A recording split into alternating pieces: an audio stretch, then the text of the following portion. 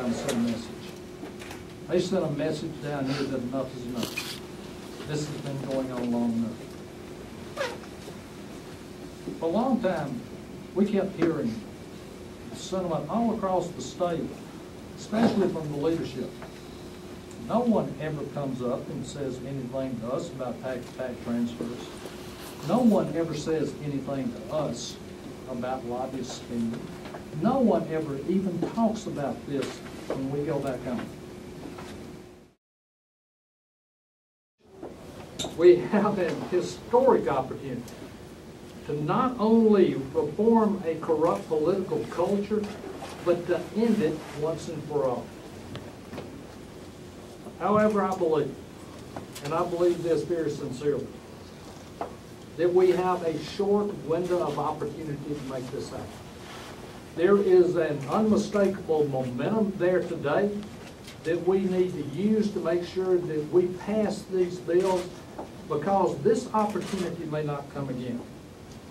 Therefore, I am today calling a special session of the legislature beginning December the 8th at 4 p.m.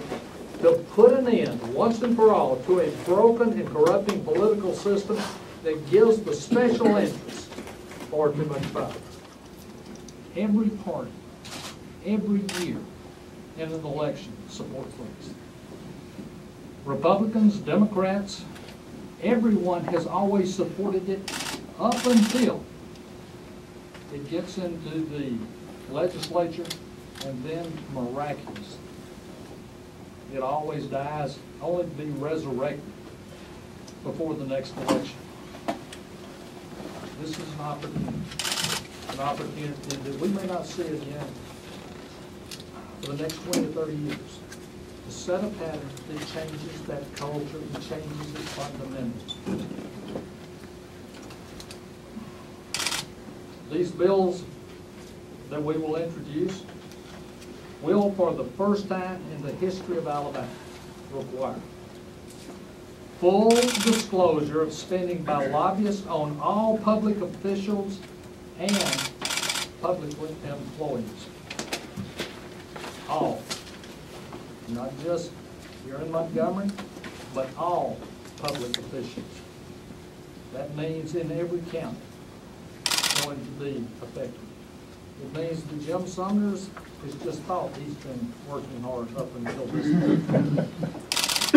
Because one of the things we're going to do, and I'll read it in just a minute, is require each one of them to have ethics training. It will require an end to unlimited gift giving by lobbyists and others to public officials and to public employees. There is almost a transition here, and this is what someone explained it to me this way the other day, and I think it's a great way to look at it. You know, under today's law, as long as you report it, you can give a legislator anything, or a public servant anything. I said, well, you couldn't give them a jet plane. I said, sure you can, as long as it doesn't influence their vote. That has been the standard here for the last 15, 20, 30 years, is that anything goes as long as you can say that this did not influence that legislator's ability to vote or change his vote or build a case that gift had no significance.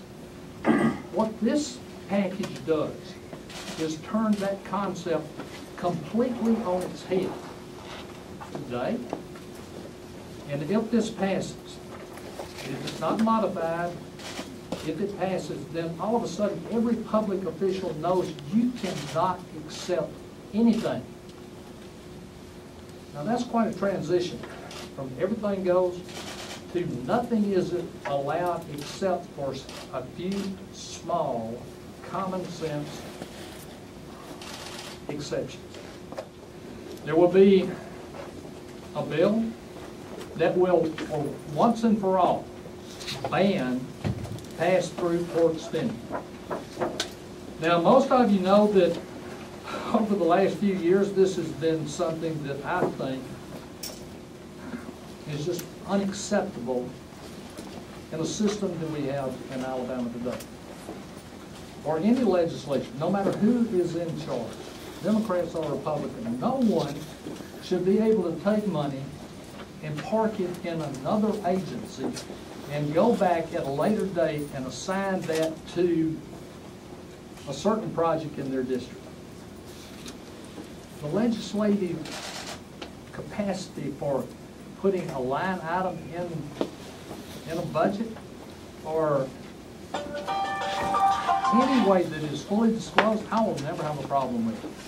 We fund things like UFO days, mule days, and that's fine. But the people of Alabama need to know where it goes, how much is going to go there, and for what purpose. Subpoena powers for the Alabama Ethics Commission. Ladies and gentlemen, we have the unique distinction, if I am right, Jim, of being the only ethics commission in existence in the United States that does not have this power. There is no way that anyone is going to ever get to the point that they seriously understand what the consequences are without subpoena power. We've tried to get it in before. We have not been successful. This time, I think we could do. The outlawing of all transfers between political action groups. How many times have we had this debate? We traveled all over the state for the last 3 years saying that we have to do something with PAC-to-PAC transfers. If you're going to be totally transparent, if you're really serious about being open to all the people of Alabama, then the one thing that is determined in whether or not the people of Alabama are going to be supportive of a candidate is where their contributions come from. I think at this juncture, at least from what I'm hearing, there is some pushback from some lobbying groups here, but I have not heard any from any of the members of the new legislature. And to be honest with you, I was at a place today, and a couple of the lobbyists came up and said, thank God, this time that we did this. We will, as I said a moment ago, demand mandatory ethics training for all elected officials and public employees at all levels of government. This is going to take some work. It's going to take some coordination. And the obvious question is the legislature going to be willing to fund this extra work? I won't be here, but when I talk to the leadership in the House and Senate, and when I talk to Governor Bentley, as supportive as they have been and continue to be of this package, they understand that they're going to give you and the Ethics Commission a privilege that you have never had before.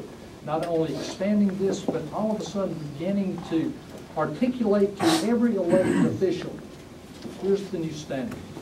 You cannot take anything, but everything, even up to $25, will be reported.